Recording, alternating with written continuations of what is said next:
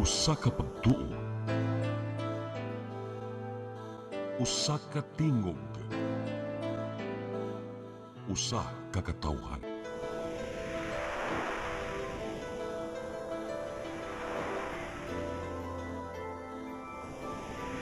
CEBU Catholic Television Network.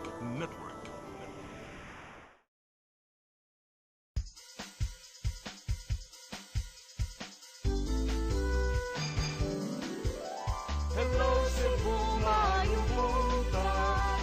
Yaksunta ang kahayag nga nagsulit sa matuod, nadagan sa panghitabo. Hello Cebu, maayong buntag Pinoy.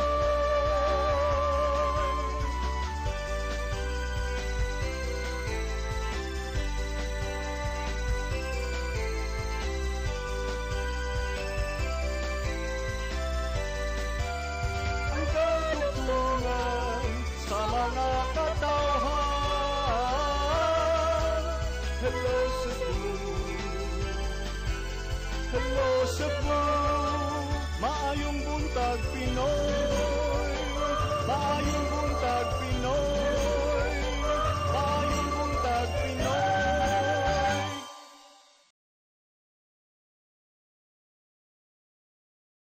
Hello Cebu, maing buntag Pinoy, adlaw karon nga Martes, Enero 3, 2023. Blessed New Year kanatong tanan.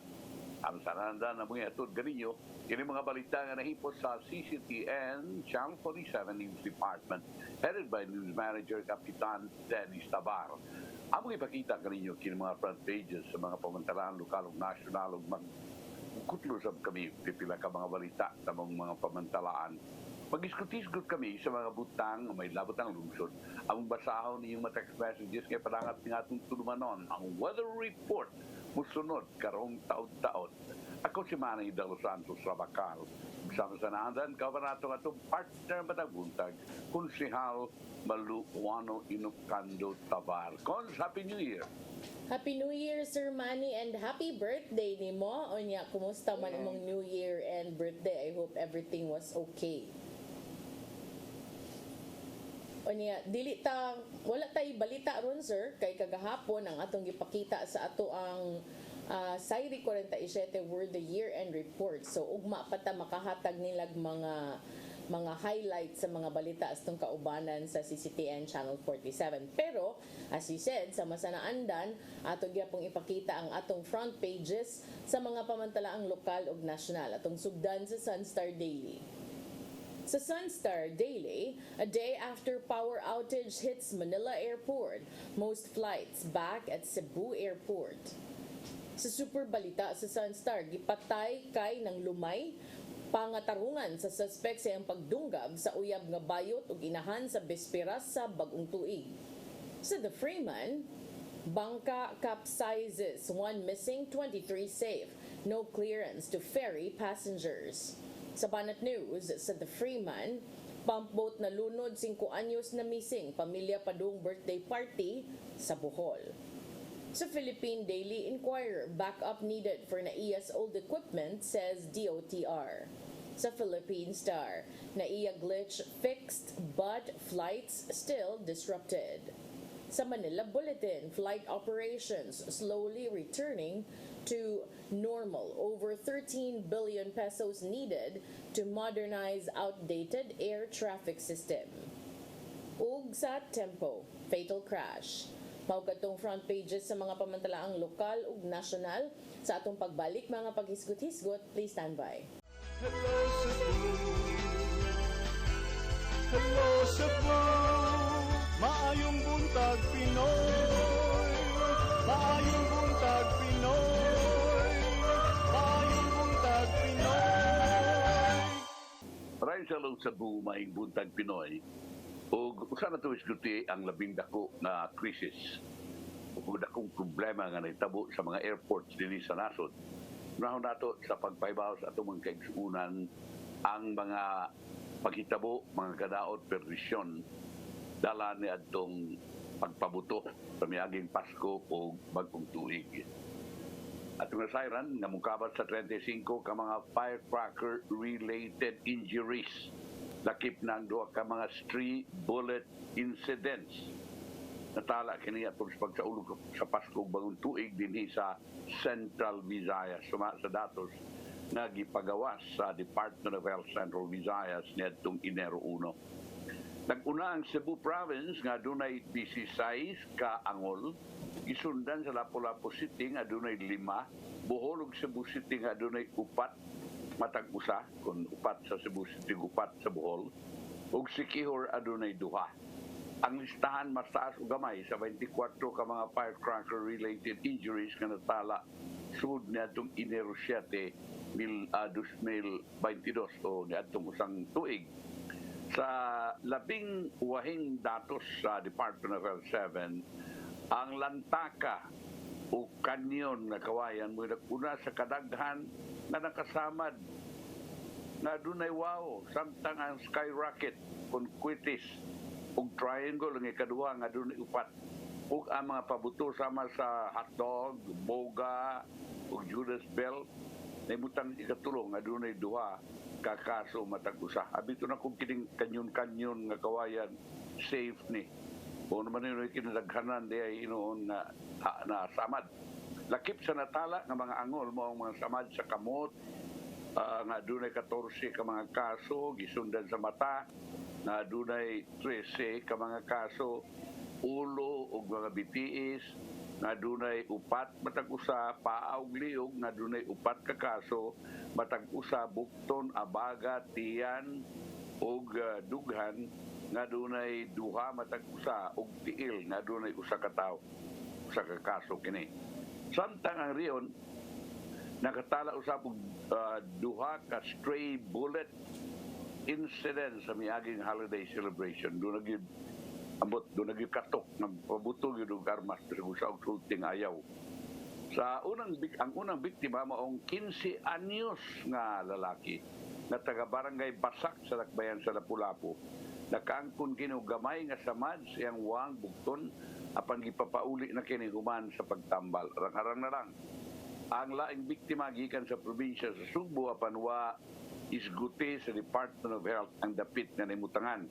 Ang ahensya nag-ingon nga kini gikatakda na magpagawas og dugang kasayuran sa mga insidente sa stray bullet kunaa na nila ang impormasyon. Bisan dunay nga angol gihulagway sa Cebu Police Provincial Office kung CPPO na ginagmay ang mga insidente ug sa kinatibuk-an malinawon ang pagsaulog sa bag-ong tuig. Nagpasalamat matud pa si Police Colonel Romel Ochave, Epis Kapulisan sa probinsya sa Subo, sa publiko na minus na kayo ng gamit sa mga pabuto ug sa pagsugat sa bag-ong tuig. Samtang din sa Cebu City, ang kapulisan nakasakmit og 28,740 pesos nga balor sa illegal nga pabuto sa bispera sa pagsugat sa bagong tuig. Matod ni Police Colonel Ireneo Dalogdog, happy sa Cebu City Police Office, na nasakmit nga mga pabuto maong whistle bomb, quitis, fountain, butterfly, luces, rebentador o Judas Belt. Ang mga pabuto ikatakdang bason o tubig sa musunod ng mga adlaw. Dugang ni Dalugdog na malinawan nagpayang Subo at tungkol sa pagsugat sa bagong tuig tungkol sa pagkabana sa katawan o suporta ni ini sa kapulisan. Okay ka na, Cons? Saon sa man, sir? Nga ang gatong report nga okay ra murag mas dili kay daghan ang nitabo ug malinaw nga tuang pagsugat sa Pasko bagong tuig. Well, considering nga way maingon tang punga nga nakalas, no, but still para nako alarming ang giingon sa Department of Health nga ubay-ubay kay ang ako mong hope unta, sir, is with the number of years ba nga daghan ak balik-balik ra man gud ni, sir, every new year na agyoy mabuthan. So I was hoping nga moabot gyud unta ang panahon nga wa na gyud kay kanabang makasabot ang mga tao ba na nay mga firecracker zones nga gipang designate, na nay mga gipang dili, but still it happens. So I hope no one day nga kanang safe for our children kay kasagaran ra bang maingon ani mga bata sa draba or ang uban may makaingon sa sunog. So I hope that one day we will learn the lessons nga sometimes kaning pabuto more harm than enjoyment no or entertainment unya, makakuan pa, makahadlok pa sa atong mga pets, and at the same time delikado pa sa sunog. Yes, I'm sorry kay Konsakay, murag di kaya na ko maklaro yung sulti, pero at least murag bayan ako kung sa ibong buti pasabot. Mas maay na lang kuno, pero para nako nga kanang imong gisulti nga mas maay gyud dagwa. Anong mahimo man sa Davao City Cons? Anong nahimo man Duterte sa katong mayor pa siya? Anong di man nato mahimo din sa Subo? Anong di man mahimo sa Central Visayas? Dakong pangutana na, kung sabi na ang Duterte nga wa sa atong ubang mga political leaders. Muna na ito pangutana. In spite of the law banning firecrackers, naagyapon. Balaod na na. Ato sa Davao, wa parang national law. Sila dito, monitoron Duterte, tungtong Duterte ng tower diha nga ng tower nga tanawanan og doon bay sunog dito. Kaya mag-monitor siya, kinsa magsiga-siga, magbuto-buto. Bisag nakasuls bay. Sakon ka, dakon ka. Kuyaw pa kay pakao ni bintador. Muna nga nahimo sa Davao for the longest time. Muna nga wag yun na nato masunod. Naot pang sunod, wa na yun, no? Kung sa labing dakong naitabo, mao katong panahon sa bagong tuig, human ang atuang Air Traffic Management Center na offline. Hastang grabe ha. 57,000 na estimate ng mga pasahero sa aeroplano sa tibuok nasod ang napiktuhan. Ang ilang flights ay either na-delayed, na-cancel, o na-divert. Pwerte daghan ang mga tao ay kalibutan kung siya nahitabo. Tungod kay sa ubang mga taong ipangutana, nagpundok sila sa kalugar, kaya wa sila kalibutan kung sa. Ngayon dili magalarga ang aeroplano. Wa dayon sila masulti kung sa. Nadaamon tayo mga sound system diha. Napay daghan kay diha ng mga electronic na imo mabasa doon ay mga delayed flights. Ang naitabo ko nun ay kuno kay nawa ang kuryente, doon ay power outage. Suma sa report. Unsa may napaong. Ang dili gud unta mapaong. Uninterruptible power supply sa communications, navigation, and surveillance systems sa air traffic management, CNS/ATM. Di ganun ka ni mapaong. Which runs the air traffic system na pakyas kini pagka alas 9:49 sa buntag, human may malfunction ang blower. Unya, pag malfunction, doon ay backup power supply, i-activate nila, di malfunction sad. Di malfunction sad. Muna nga napugos ang airport personnel. I'm talking about Manila niya, sa Manila International Airport. Napugos ang airport personnel sa pag-plug sa system ngadto sa commercial power line. Abin lang ba na? Ay, karon ni malfunction ni kay dako magay multahe sa commercial airline. Iyan na nang ipaong kaya tingarin nga sunog na. Muna nga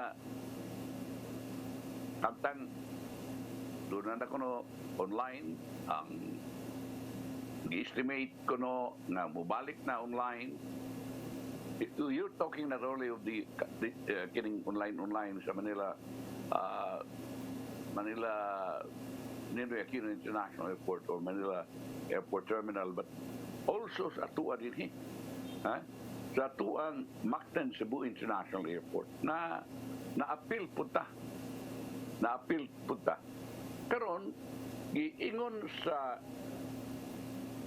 ato nga Secretary of Transportation na ang Mactan Cebu International Airport is now back to normal operations. Amo na isulti ha.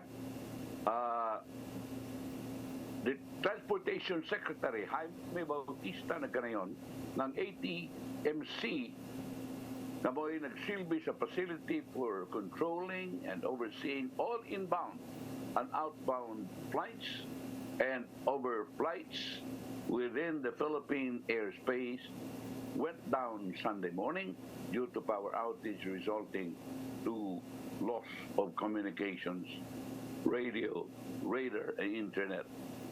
Ang maungkang sistema caused disruption of lights not only in Ninoy Aquino International Airport, apan sa uban nga mga airports din sa nasod as well. Apil na ang MCIA.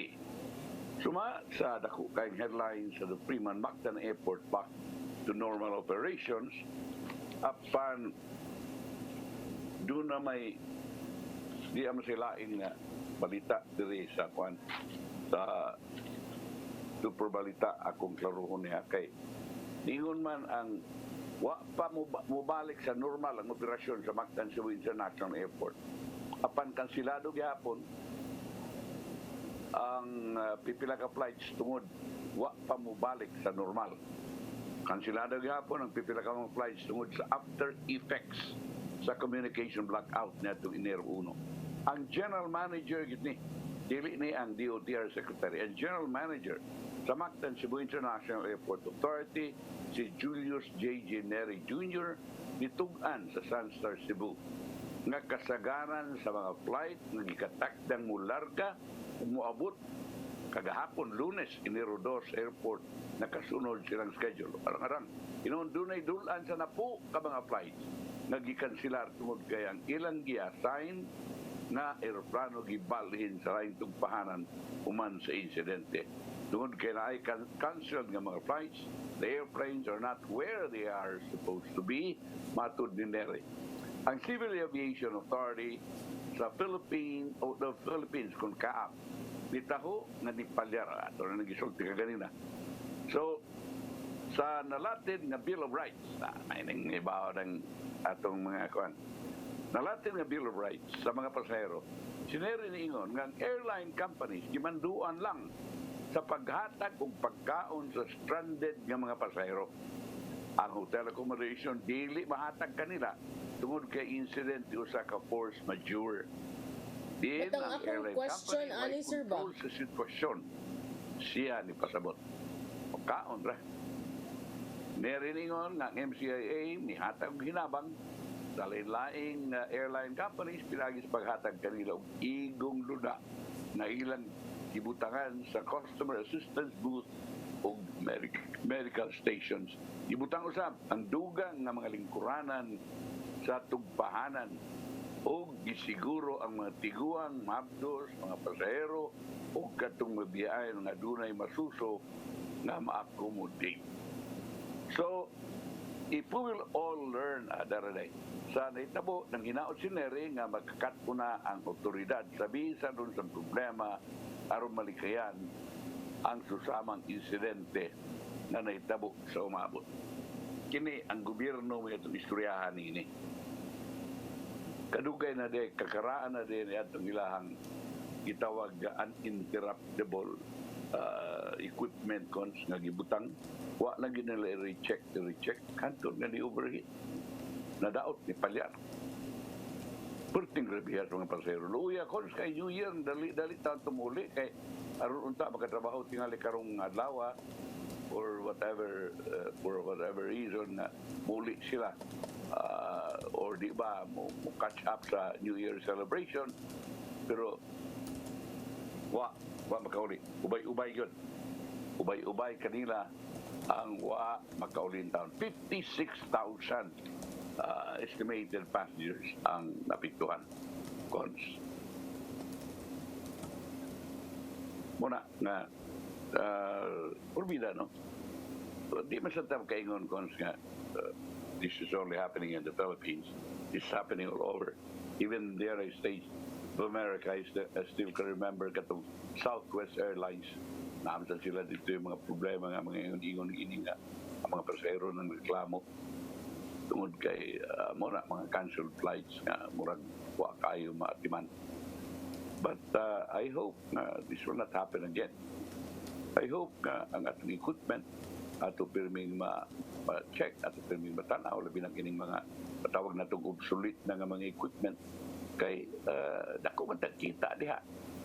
Kanya, sa kadako na itong kita, kinakailangan nga ma-maintain sa na maayo na ito karang mga ekipo nga mo'y nagpasud sa kwarta diri sa itong panutanan. Di ba, Cons? Yes, my question, sir, ba is under the Bill of Rights, it's the airline that's supposed to pay for their food, but di man isala sa airline. Are they still required to pay for the food of the passengers, or should it be already naiya? Supposed to be, ako'y pasutiyon, Cons, naiya, because that's the fault of naiya.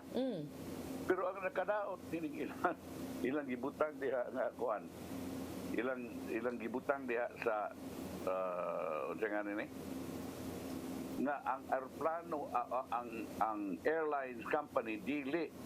Yes, tinaw dili. Wa mo isa ang airline company, no? Wa mo isa ang airline companies nini kay tawag nato under part it's force majeure. But as far as the airport is concerned, I don't know, mga tarungan mo force majeure, pero kana unta malikayan man unta na mo para ug klaro pang inyong maintenance sa inyong airport, sa inyong equipment. And that's happening. Na-cancel sa mga airlines, not on their fault, but inyo sa. So, MCIA must be answerable at sa mga pasero. May bawal man ikaw, doon nagimukihan ini. Ako, tuod yung kukons, ka na ay mukihan mga yun ini. Kadang-kadang unawa kay tao na magitag kuan ini, justisya. Dugay-dugay kay ilalim, kadali-dali sila. Mutong nidaghan kay pasero kay bago man lagi mo catch up pa sa New Year celebration, dito sila mga minahal kinabuhi. Kunya, wa sila kalarga.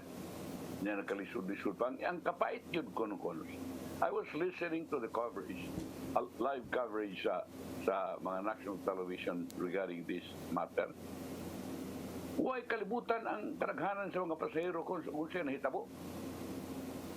Nagpundok sila dito kung nga naman nag-cancelar mga ilang flight. Wagi abot sa tingali sa MCAA ang MCAA naman sa Ninoy Aquino International Airport ang mga pasahero parang sa tingali sa kalibutan, pero my God, kada mga yun yan nakatagdahan nila diha ang equipment to communicate to the passengers kung saan hitabo. Muna nga in town luuya sila kalibutan. Well, one of those things. Kunya, ari sa tadirikon sa umabot na itong sinulog. Kiring umabot na itong sinulog ko sa ibagin kalikayan na daghan yung kayo ang mga kiniyana. Sabi na kay, karon after 2 years na no, na tungkol sa pandemic, muraw iuhaw ang mga tao, mutanaw niling mga kasaulugan ng ingon ini. So this time, kay dili naman si Ricky Ballesteros, ang executive director sa Sinulog Foundation. Well, of course, si Jojo Labella is equally able na muhandol nini. But doon ay tabag si Sinulog Foundation executive director Ricky Ballesteros. Yang advisean ang mga contingents nining mo appeal sa Sinulog na magpreparar sa murag pagitabo labi na sa kining atuang kaimtang sa panahon. Kaya ang weather karon ko dito kay ba pagka gabi ko suga ko nuswan man ako hinumdum, pero ako misis tingon nga perti ko suga suwan. Kunya kung galing may tabo ni I don't know kung unsay dangatan na niya kay first time ring may tabo niya diha sa SRP. bago maning venue. So, ang alang sa Grand Parade karong Enero 15, si Balisteros na iwamatanga mo ay nag-spearhead na ng festival workshops all over the country and abroad. At the same time, inviting out-of-town contingents to join the contest. The Balisteros na ganayon nga iyang advise ng contingents to train like an athlete, meaning mag-training sila o utong tutok o kanang init kay para dili sila makuyapan o makalitan sa init sa SRP if ever. But initag tinodya, init sa dagat. O kung mag-uwan suma ni Ballesteros, kaya gisugilan ang mga choreographers na ang costume designer o ang production teams i-consider ang lapok since not all the surface around South Road properties will be cemented or asphalted. So, dapat ilang i-consider po o kung mag-uwan, ang ilang mga costume, ang ilang mga sapatos o props, kung lapok ni Ballesteros. Nito tingyahan nito siya foresight. Another thing is that he considered is the quality of their instruments. Kay open area kini duol sa dagat. Karong tuiga nga sinulog is very challenging. Alang sa mga contingents with more factors to be considered, suma ni Ballesteros. Meanwhile, si Councilor Philip Zapra, Chairman sa Executive Committee sa Sinulog 2023, may pasalig na there will be enough comfort rooms na ibutang up around the SRP at all sa Grand Showdown.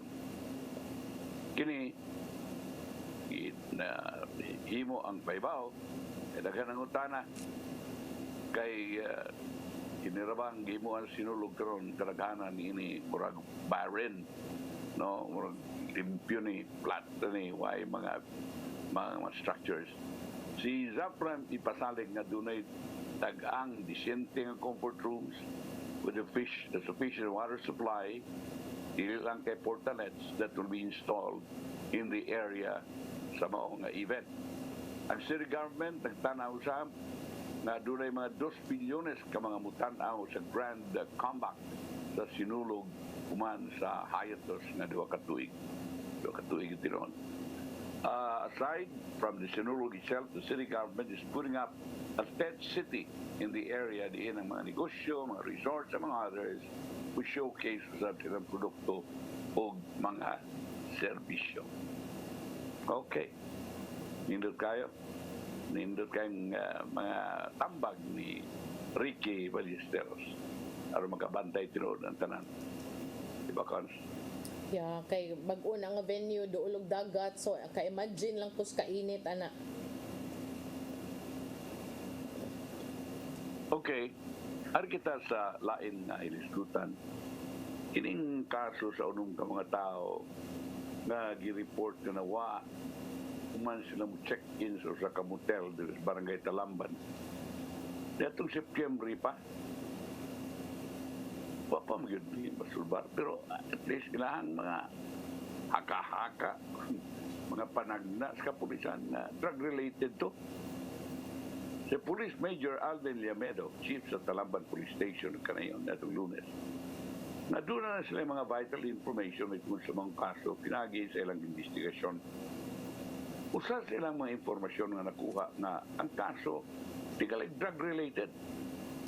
Apan nila pa ni invalidate as they are waiting for the victims' families to personally come to their office for them to share the information. Sila meron na ganayon, ilang giawag ang mga pamilyas biktima, wapagid na mga anak, to submit a formal complaint to their office for them to conduct a full-blown investigation sa mong kaso. Siya na ganayon ng mga biktima, ang mga parintes sa mga biktima, wag mo submiter o formal complaint, wag na reklamo ko. Yet other than the one they received, gikan sa staff ni Senator Rapi Tulfo. Sige kong tawag nila. Nitong miyaging simana, nanawag na po ko nila reach ko at itong miyaging Pasko niya, ako silang giingnan, kung kanus aman sila mo ari, ma'am, aron sila mag-schedule muna nga aron makuhaan ng impormasyon. Siya may puno na importante guys mga big families, biktima, musumiter og formal complaint. Aron nga dunay gusto gyud nga mag-file sa affidavits, kuban pa ng mga pangutana o nga ipangutana sa kapulisan at Manila may tungod sa mong kaso. Natong September Jess, natong isang tuig, dugay na gugay ni September Jess. Wow ka mga tao na murag gikan sa Osami City sa Mindanao, may check-in sa kamotel sa Barangay Talamban. Aron uyugan ang supposed to be pasyente na suba pa operahanan. Sa pagkasunod adlaw, duha kanila i-check out.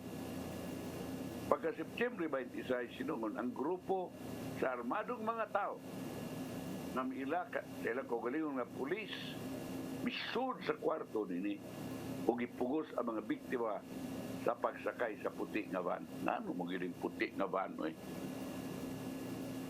Ilimero na ganayon na ang management sa motel may report lamang sa mga sa natural istasyon na itong September 28 or 2 days suman sa insidente tungod karito siya nga usa ka itong police operation. Siya may makak dito as police operation and said that the suspects might have used the name of the agency to confuse them. Sa ato ba, dili na ito pulis ang nagkuha kanila. Una nga ilang ingon na related sa drugs. Kana bang yung inikons katong daghan kayong nangawa kons ka related sa isabong nya kini yun ini putindagan kay mga tao nya mawagtang lang nya di mo matrace. Kakuyaw na unaon na nakonversion bako at mga anak kita ba mismo itong mga minalas kinabuhi niya simbako lang layo kahit ito maingon ini nga kuhaon lang na wate kalibutan ng atong kapulisan kani ganun dinaghan lisod mga islang follow up di ba kon? Yes. Mas mayog na update ana, the sooner the better because that also is something kabalakan sa uban kay di man ta kaingon nga tinuod yun na puros ram na si said haka-haka puros ra na huna-huna kay wa man tay facts nga mabasihan kung tinuod ba yung drug related or whatever. Tinuod na break sa takon Balik ta man sa pipila ka pahinumdum, please stand by. Hello Cebu, maayong buntag Pinoy, maayong buntag Pinoy, maayong buntag Pinoy. Maraming salamat sa Cebu, maayong buntag Pinoy. Kaya bangka na nakikyaob, buti biyahe mo gano'n sila nga murag yung bawd na itong panahon na. Abot, wala ba ito yung gale warning during that time, basta kusog ang bawd. Yung panahon, lain sa kayo. Kung siya ka 5 anyos nga batang lalaki, ang nawa, hangtod karon o laing 22 ka mga tao, apilang dupa, ka mga masuso, ang na-rescue sa Philippine Coast Guard. Kuman ang bangka nga di motor, ng ilang isakyan, sa tikyaob, alas 7:30 gabi. Natong Domingo, Enero 1, sa Kalauran, sa Barangay Sangat, Lungsod, San Fernando, Habagatang, Suco. Ang nawa, gila si Renz Sigisabal, si Romel Pinatel, Chief sa Municipal Disaster Risk Reduction and Management Office, sa Lungsod, San Fernando, nga hinabi super balita ng kanayon. Na alas 8:40 sa gabi sa Domingo, ipaibaw sila sa mga sakop sa Philippine Coast Guard na doon ay mga pasahero sa bangka na na-rescue. Nagida sa may Trigon San Fernando sa Barangay Sangat. Panini nga ang mga sakop sa Philippine Coast Guard mo'y ni-rescue sa 22 ka mga pasahero lakip sa mga bata. Ang sa kapamilya na nagtuntas lungsod Kalapi, Bohol aron sa birthday silang kabanay sa Lunes silang yapak sa Tagpumpaw. Sugal na ito. Anyway, 'Di Tinaot pangikitan ang bata in town. Arita sa kontrata ba kon sa Cebu City Medical Center. Ato ba itong report ka na ito nga murag gusto ni Mayor Mike Rama na putlo na ang kontrata sa pagpadayon sa kontraktor sa pagtrabaho sa Cebu City Medical Center. I thought na ariglo na ni. Susiho na sa Contract Termination Review Committee karong simanaha ang verified report sa Department of Engineering and Public Works na ilang nadawat nitong Disyembre 22 para sa formal na pagputol sa 907 million pesos na kontrata tali sa Cebu City Government ug sa kontraktor sa Cebu City Medical Center. So, formal na pagputol, mahimo nga naputol na ni, di palang formal. Mahimo nga nahundang na trabaho, di pa formal nga pagputol. O tingnan pagsabot nako. The Attorney Carlo Vincent Jimena, Chairman sa CTRC, nagiumol sa Cebu City Government pinanguluan ni Mayor Michael Rama na kanayon, gawa nila maatimandayon ang verified report sa DEPW sanglit naka-on leave ang ubang sakop sa committee. Ang chairman sa CTRC nagkarayon nga human silang pagbasa sa report sa DEPW pahibaon sa nila ang contractor na mao'y nakadaog sa mong i-award na 907 million pesos na sa para pagtiwas punta sa nahibiling mga andana sa CCMC. Padadaan pa namong show cause o ang MEC-CAT construction sa verified report para may due process. Once ma-receive namo ilang comment o explanation, that's the time atong i-evaluate tanan ng mga documents before we make appropriate recommendation to the mayor. Sabot ni Mena. Iba naman sa Pangulo sa CTRC na mulanat pa kapin kung kuwang duha ka mga simana ang pagkumpleto sa tanang requisitos aron ng duha ka mga habig ng city government o ingon marusabang emisikat makapirma sila ang formal na pagtutol sa kontrata. Si Mera na kanayon na human po niya niya dawat sa tubag sa emisikat diha pa anha pa sila makahimo silang final nga lakang na ang pagpasar o resolusyon sa CTRC na mag-resent na sa kontrata.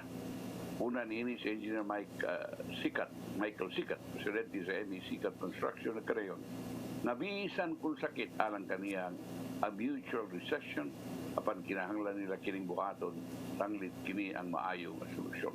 Nitong unang mga semanas Nobyembre, si Rama may-anunsyo nga iyang ipaputol ang 907 milyones ng kontrata tali sa MEC-CAT. Sukad sa iyang pagpahibaw, ang kontraktor wa na ni trabaho. Amo na ni. Sa CCMC nga karon ubos sa pagdumala sa DEPW. Ang mayor ningon na Adonis Cebuano Tycoon anda mo tiwas sa trabaho sa CCMC pinagi sa public-private partnership sanglit dili na siya musugot na doon na pa public bidding kay na pula na siya human paghihapon mahumanan ni edipisyo nagisugdan niya itong 2015 pagtrabaho. Murag ibaw naman tagkit sa ning maong business tycoon. Dugay naman siyang ganahan niya ng maong kaya mga dito yung panahon nga murag ibaligya o tana kasi gusto na mo palit. Okay. Cons, may tungod dining nahitabo sa Ninoy Aquino International Airport.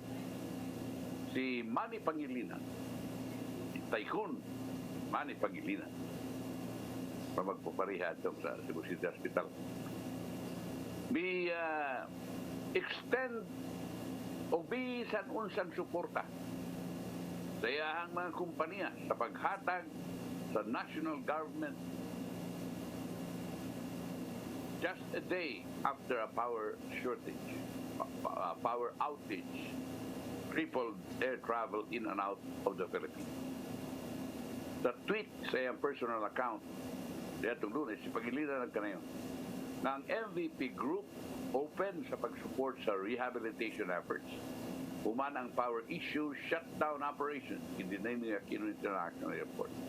If our group could be of any help to DOTR/CAAP, we would be happy to participate. Co-location of second, even third redundancies in our nationwide data center, required connectivities, fiber satellite, wireless, robust, even redundant power supply protection and others. This all support, he tweeted. Ang power outage took hours to resolve, leaving the traffic in limbo. Radar and navigational facilities were also unresponsive on January 1st. Mauna nga ang si Pangilinan ng iyahang Manila Electric Company, ilahan ng mga Yaponi, and di Inanis mga Lopez, sila na mo'y controlling nini Manila Meralco. O wa sila makakita og issue from their end sa Naya crisis. Di man kuno sa Meralco. Ang mga Pilipino foreign tourists na na-stranded around the world tungod sa disruption. As of 2018, ang Philippines has 13 radars in place alongside satellite-based communication, navigation, and surveillance systems for air traffic management. The former Duterte administration's transport department said this covered the country's entire airspace. Muna nga si Pangilinan was set to head home from Tokyo, but was rerouted mid-flight to Haneda in Japan after 3 hours of flying. We're told radar and navigation facilities at Naya down. I was on my way home from Tokyo, 3 hours into the flight, but have to return to Haneda. 6 hours of useless flying, but inconvenience to travelers and losses to tourism and business are horrendous. Only in the Philippines. Wow! Kamao na sa siyan ining only in the Philippines na. Kining ini, I know nga si Tourism Secretary Garcia. Manuyo sa yun nini because this will affect tourism. Not only mga business investors, but nabinigyan ang turismo. Apektuhan pag-ayon nining nangitabo sa mong airport. And I know kay imbestigaron magkuno ni Senado, and from there I hope na ilang tanawon kung sa angay nga paliton pa, kung sa angay nga punduhan pa aron nga atong airport yun dili masango dili mabalik katong maong insidente. Di ba kung murag maniyo yun si Tourism Secretary Cristina Prasco nini tungkol kay ako kani og epekto sa iyang tourism department. Di ba kung that we don't know. It's entirely up to her, no? We'll see kung unsa iyang action nga himuon ani. But so far, itong nakit-an is ang nagawa sa reports is there were allegations nga katong 13 billion pesos nga needed unta nga ma-update ning maong ni bug down nga UPS was included unta to sa 13 billion nga budget, but matud pa usab kuno ni former Secretary Tugadi kay gigasto on what they call murag mga cosmetic upgrades at the NAIA, including parking and electronic billboards. As to how true that is, I do not know. Kaya ang nanggawas, mga allegations pa man. And there was no statement yet in the former DOTR secretary. But we'll see kung unsa sa statement sa DOT. No? Kaya this is something, because this is something dili pud lalim for not just for tourists but for us Filipinos. Kay how many transactions and businesses were affected by that glitch just one day, and those flights, no, I understand 65,000 people, and how many flights were affected. Usa lang gay ka flight ma-delay, wa daghan mga kay mga pasahero ana nga posibleng maapektuhan, how much more ingon ani kadaghan.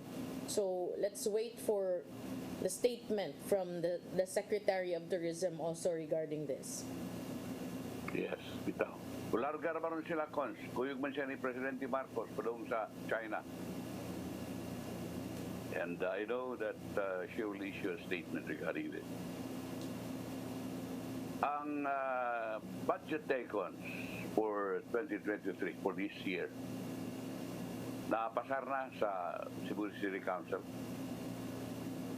Duha o tulo ang i-abstain or isupak murang i-abstain matingay to sila. Si Konsehal Merian de los Santos, Konsehal Abelinosa, Konsehal kanang ilahang minority pro leaders, Archibald. Ug mauna ang ilahang yung pagutana is murag dili realistic ang mao nga figure. But anyway, yan ay mga lakang imo aron gyud nga hinahinay makabot gyud ang 51 million kapin, 51 billion kapin ng budget for Cebu City.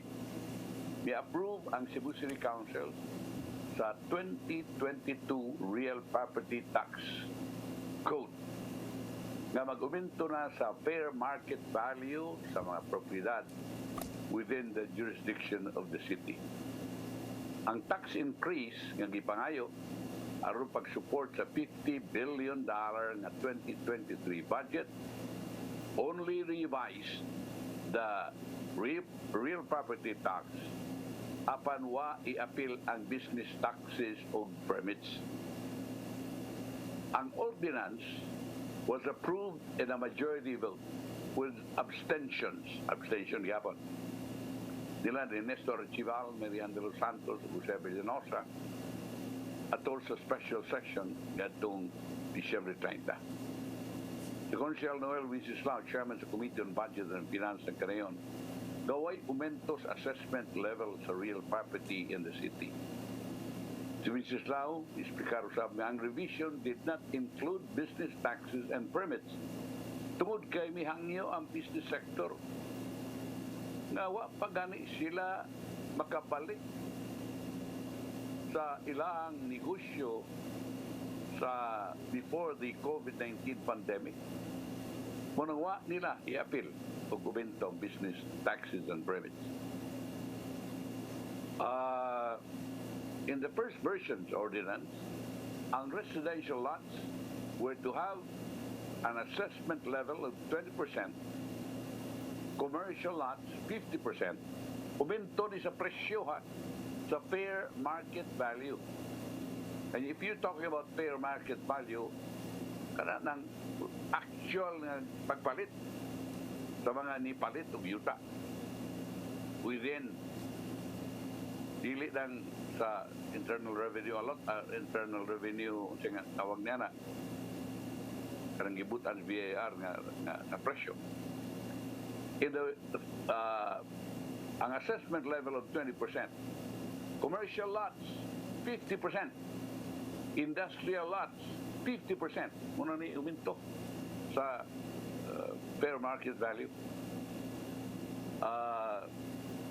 Ano to?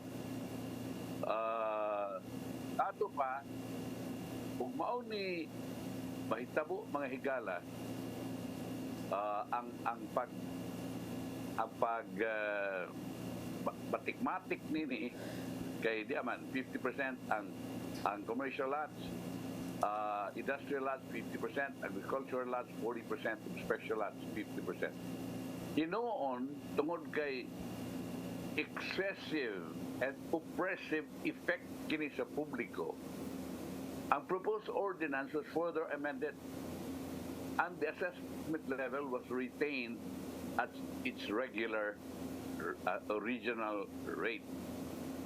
So ang residential lot na doon ay assessment level of 2%, commercial lots of 10%, industrial lots at 10%, agricultural lots at 4.8%, the special lot at 10%. This is now, nagkanayon nga 50% nga uminto sa base value as prescribed in the schedule of the fair market value will be made the basis for the appraisal computation of the real property tax. 50% increase sa base value. But ang formula to get the tax due, as explained by Wenceslao, is getting first the market value of the property, pinagi sa mag-multiply sa land area of the fair market value. Ang market value will then be multiplied by the assessment level, which will further generate the assessed value. Lastly, ang assessed value will be multiplied by 0.3% rate. 0.03% rate, and the result is the total tax due. A sample computation, ang council members bigamit of 1,000 square meter residential property with a 2,000 peso fair market value, a tax rate of 0.03%. And total tax due of the property is only 1,200 per year. It was first reported that an increase in real property tax could reach up to 7,000%, especially in developed areas. Apan si Wenceslao, nagkanayon na it is no longer the case with the approved revision. Okay. In the interview with Sunstar Cebu, si Wenceslao ipaibaw, ng average residential properties in the city may experience an increase in their taxes of only about 160%. Ora kung nun umento sa ibayad di mong buhis, 160%. With the amount of increase, si Wenceslao nagkanayon ang revision maka-generate of 12 billion pesos in revenue, which is 40 billion short to cover the 51.46. Ang approved budget yun is 51 billion 460 million. Napag yun 460 million. Muna approved budget. Kunya ang sa real property taxes lang, 12 milyones lang makuha. So kung galing muna sa ligan, doon na pa'y 40 milyones kapin, mga 40 milyones ang short. Aron nga mag-cover kining 51.46 billion peso budget. Si Minority Floor Leader Councilor Nestor Archival may question ngano ang konseho ma-aprobar sa annual budget in the first place kung 12 bilyones naman di ay ato makuha gikan sa aumento sa real property tax.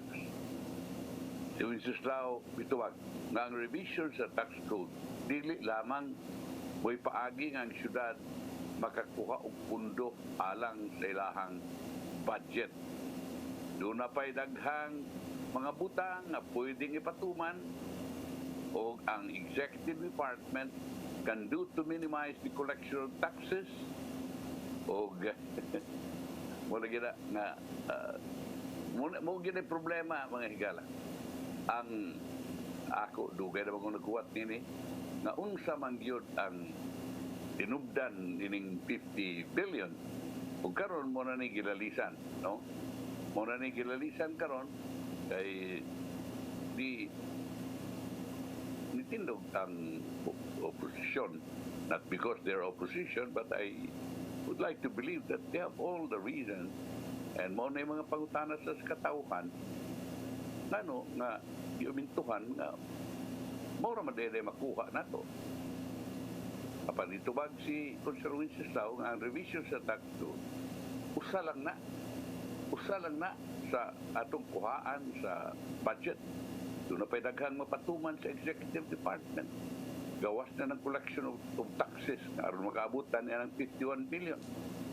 Ang executive department maka-improve sila ng tax mapping sa real properties. Gusto man ng tax mapping? Karang ilang suruyon ang tanang mga bahay o mga negosyo. Na ilang tanahon dito nagbayar ba buhis, ilang papitlan dihang mga stickers at bayad ba rin sa riwa na cover na ni. So at least this is more on the collection of the taxes. Tax mapping sa real properties. Implement the idle land property. and explore the situs of taxation within the local government unit, can impose and collect taxes for transactions that happened in its jurisdiction, but the booking of the transaction was reported in another LTU. May daghang kay mga negosyo at tuwa dito para dito sa Mandawi dia based sa Mandawi niya dia mag negosyo diri sa Cebu City or vice versa. Kana mo yang pasabot tingali. So that is that. At tanahon o sa gini and murag pa naman tingin debate ni may debatihan nga na kuha naman na pasar naman. Di ba kaon? Suwarte pa daon. Ato'y panangat ang giandam ni Tatay Dodong ang iyang pulong kinabuhi.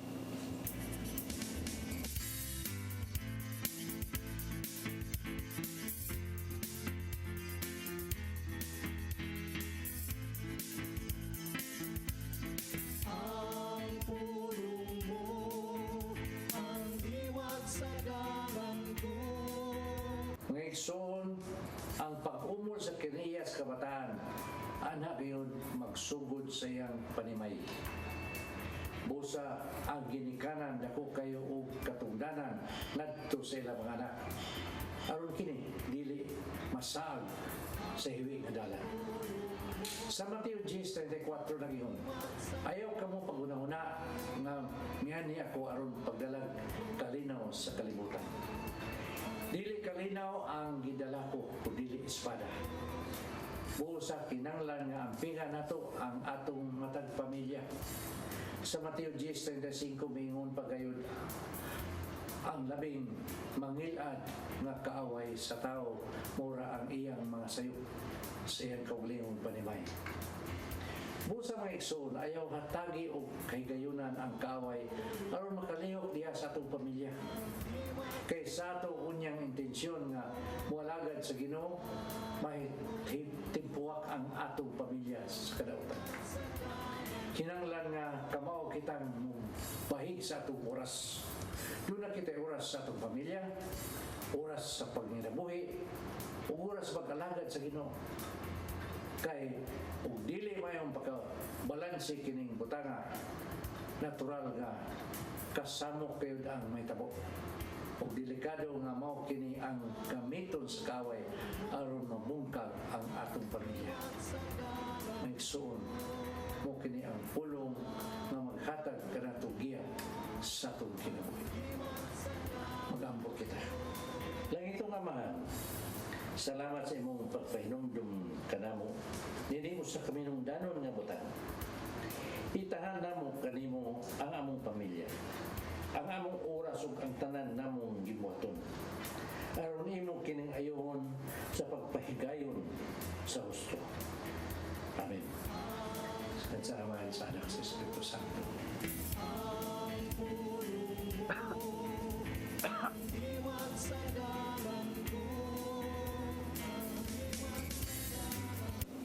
Pulong kinabuhi ni Tatay Dodong Limchua may nagtapos sa tugtulumanon. Dagang salamat sa koyog sa Philippine Airlines. Thank you very much. Archbishop Jose Palma.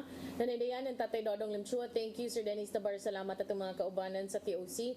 Sir Robert, Miss Inday, Sir Anton, Miss Joanne sa newsroom, Sir Michael, Sir Adel, Sir Raymond, Sir Bruce. Dari sa studio si Ferdy ug si Direk Jenny. Ako si Malu Inokando Tabar. Ako sa Manny de los Santos Rabacal. Happy New Year to everybody. Bye.